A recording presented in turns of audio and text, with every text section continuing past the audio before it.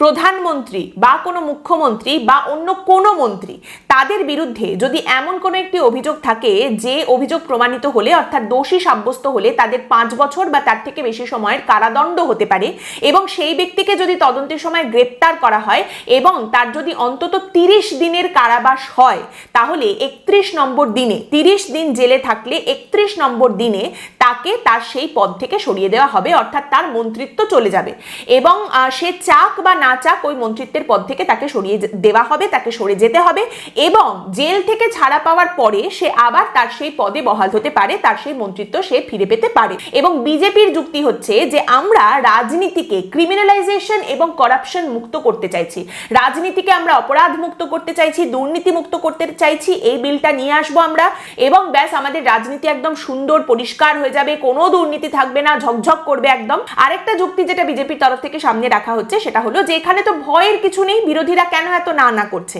সকলের জন্য তো এটা প্রযোজ্য হবে, তাহলে তোমাদের এত ভয়েরই বা কি আছে এবং তোমাদের সদিচ্ছা নেই কেন?